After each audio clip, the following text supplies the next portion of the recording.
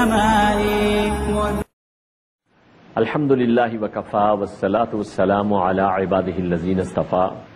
اما بعد فاعوذ باللہ من الشیطان الرجیم بسم اللہ الرحمن الرحیم قال اللہ تعالی کما ورد فی سورۃ البقرہ یا ایہا الناس اعبدوا ربکم الذی خلقکم والذین من قبلکم لعلکم تتقون رب اشرح لی صدری ویسر لی امری واحلل عقدۃ من لسانی یفقہوا قولی۔ ناظرین کرام، السلام علیکم ورحمۃ اللہ وبرکاتہ۔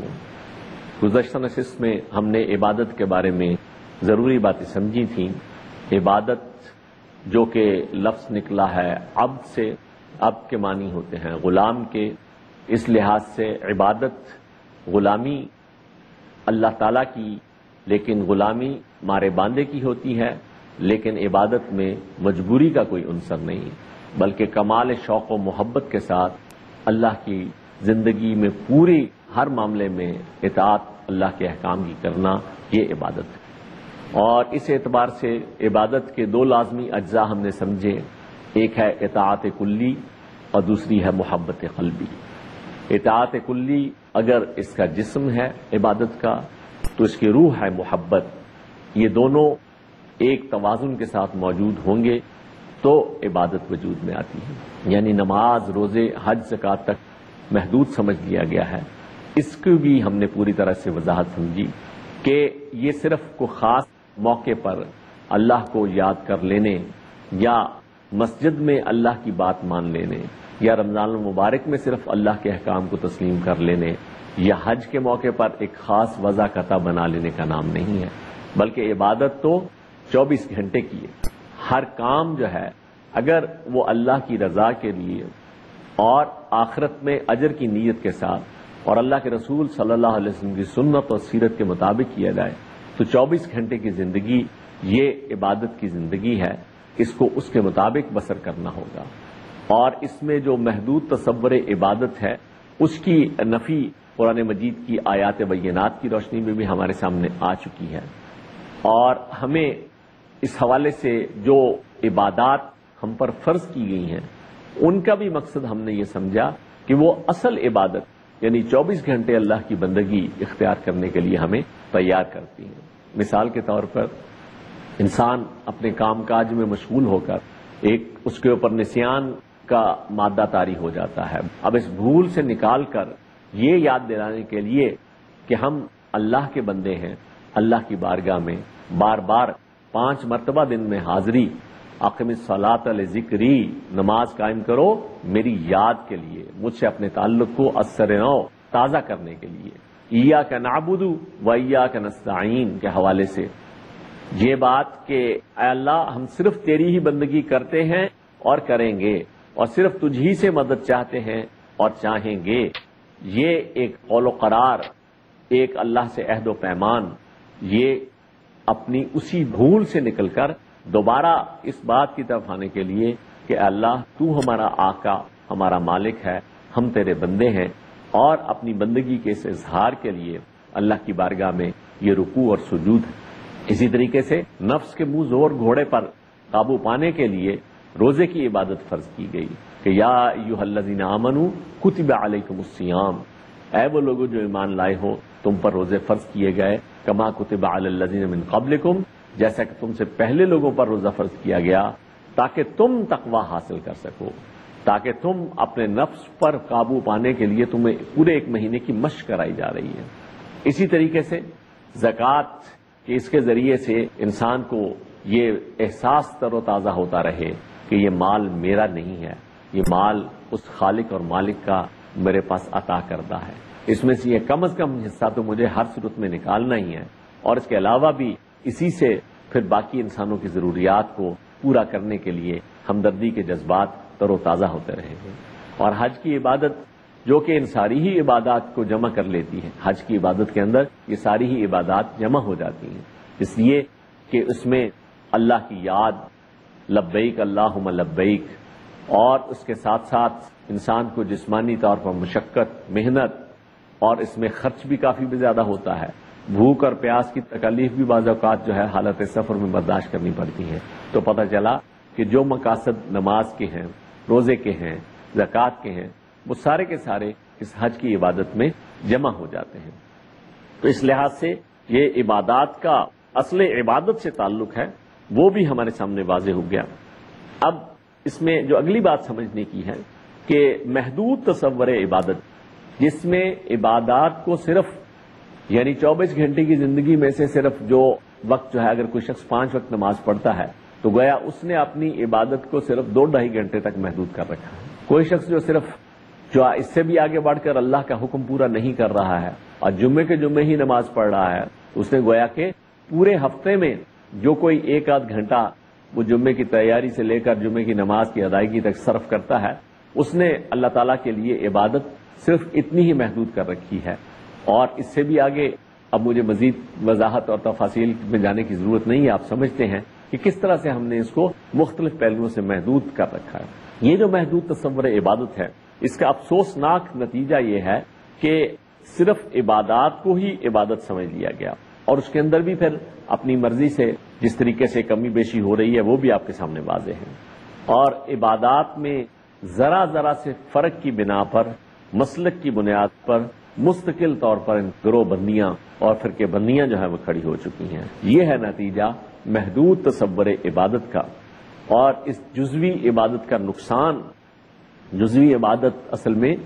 اگر یعنی پوری زندگی میں 24 گھنٹے اللہ کی مان کر زندگی نہیں گزاری جا رہی، تو جزوی عبادت جو ہے یہ تو شیطان کے راستے کی پیروی ہے، جیسا کہ قرآن مجید میں سورہ بقرہ کی آیت نمبر 208 کے اندر اللہ کا تقاضا ہے کہ یا ایھا الذین آمنوا ادخلوا فی السلم کافہ، اے وہ لوگ جو ایمان لائے ہو اسلام میں پورے کے پورے داخل ہو جاؤ۔ ولا تتبعوا خطوات الشیطان، اور شیطان کے نقوش پا کی، شیطان کے قدموں کی پیروی نہ کرنا۔ انہ لکم عدو مبین، بے شک وہ تو تمہارا کھلا ہوا دشمن ہے۔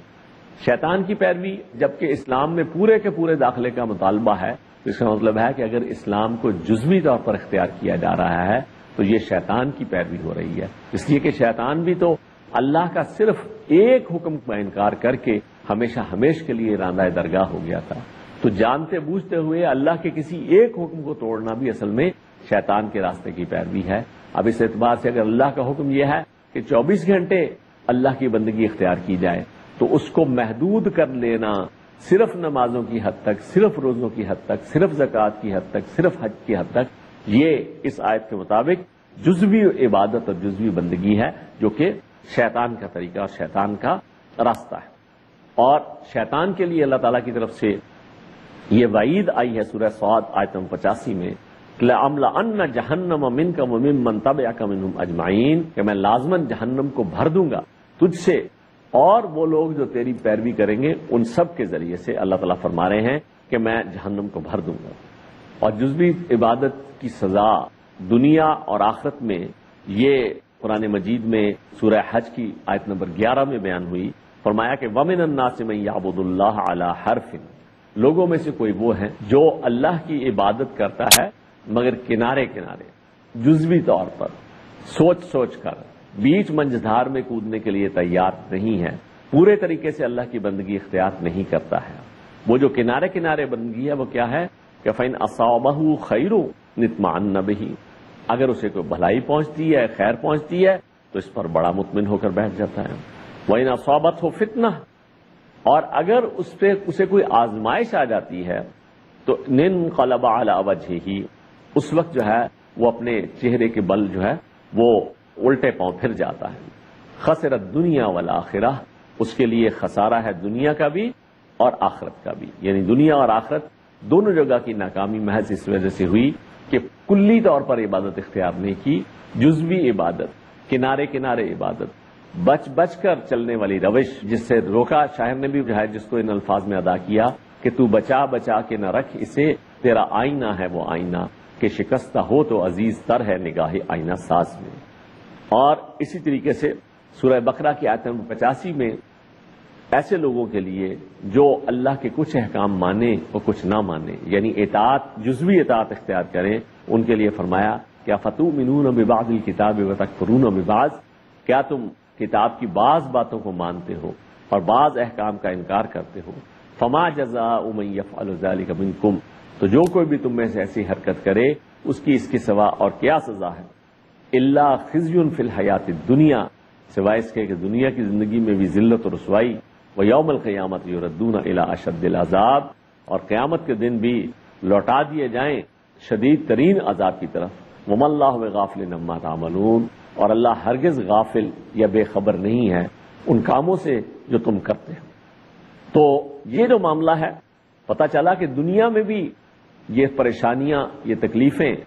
اور آخرت میں بھی اللہ تعالیٰ کی ناراضگی اس وجہ سے کہ بعض احکام کو ماننا اور بعض کو نہ ماننا، یعنی جزوی عبادت اللہ کے ہاں قابل قبول نہیں ہے، اور یہ اہل ایمان کے لیے پریشانی کا باعث بنتی ہے۔ جیسا کہ شاعر نے کہا کہ رحمتیں ہیں تیری اغیار کے کاشانوں پر، اور برق گرتی ہے بیچارے مسلمانوں پر، تو اس کی بنیادی وجہ یہی ہے کہ اللہ تعالیٰ کو جزوی بندگی پسند نہیں ہے،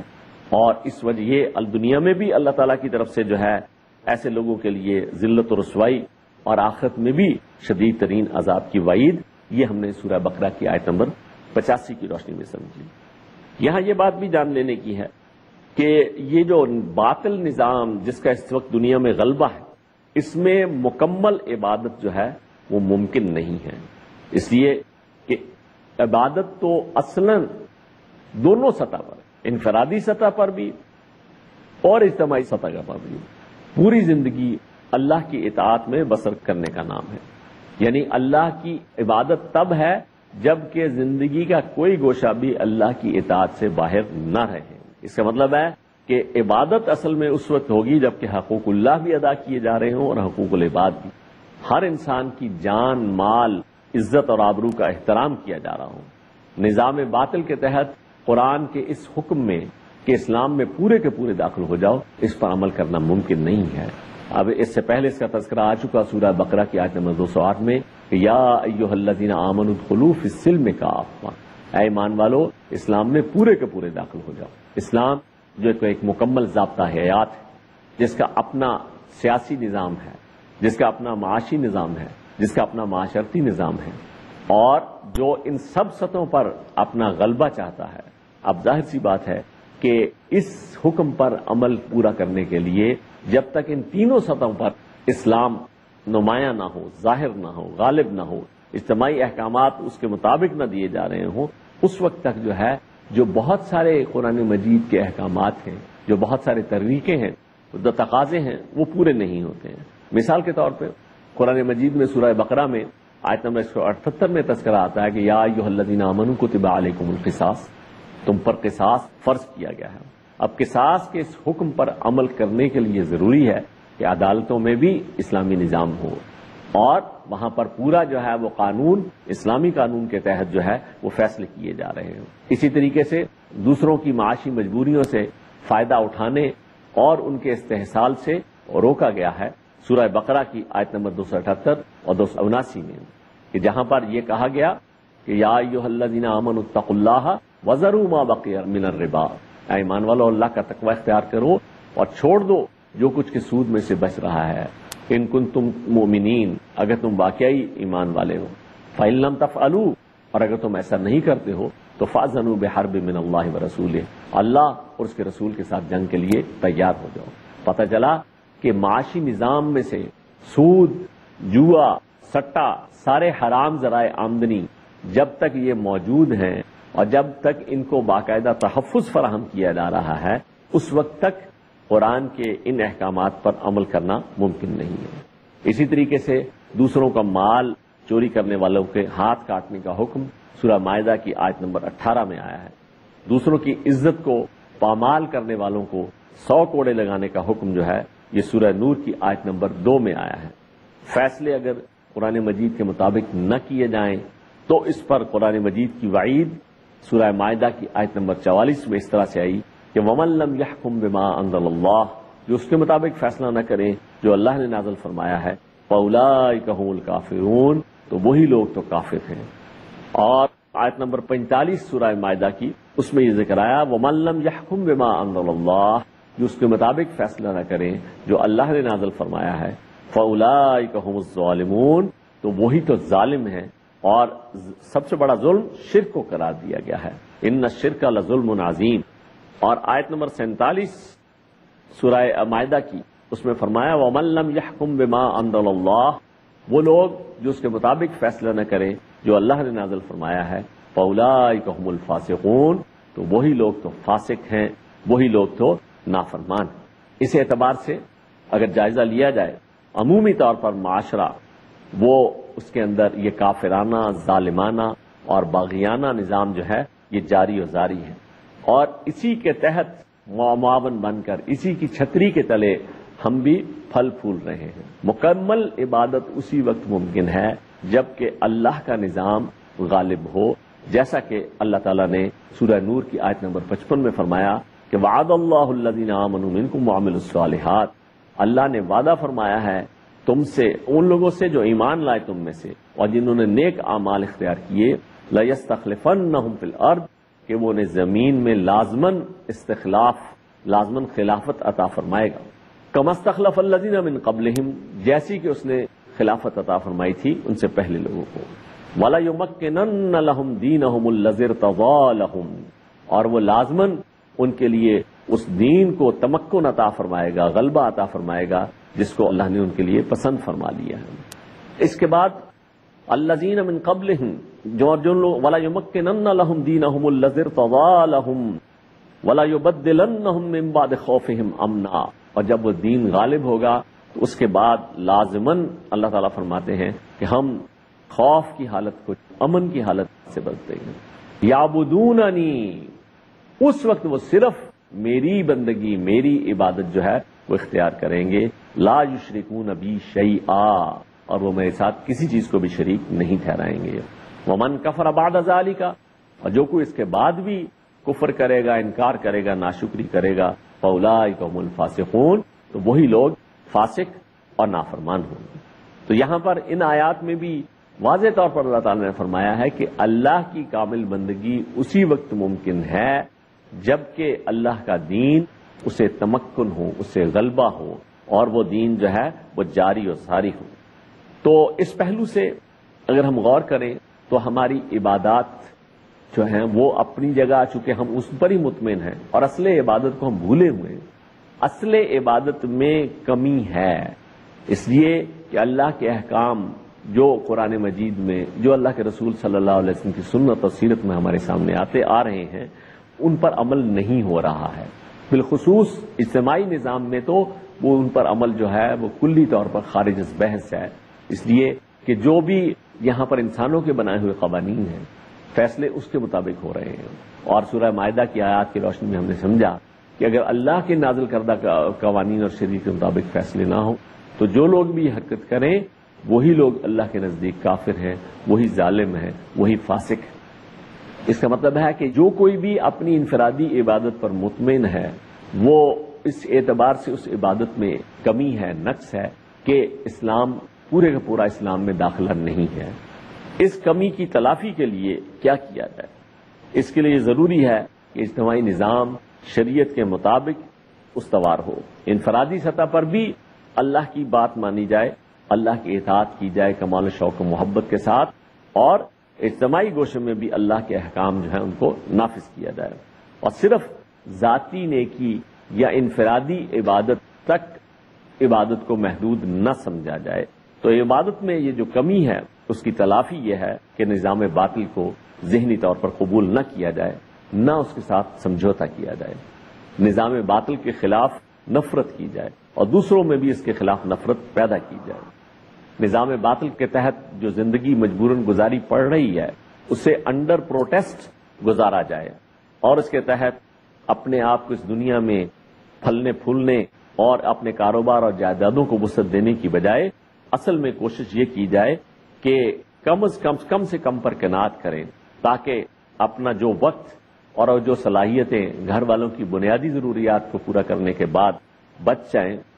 ان کو اللہ کے دین کے غلبے کے لیے لگایا جائے، اور تن من دھن کے ساتھ اس مقصد کے لیے کوشش، محنت اور جدوجہد کی جائے، جیسا کہ سورہ حج میں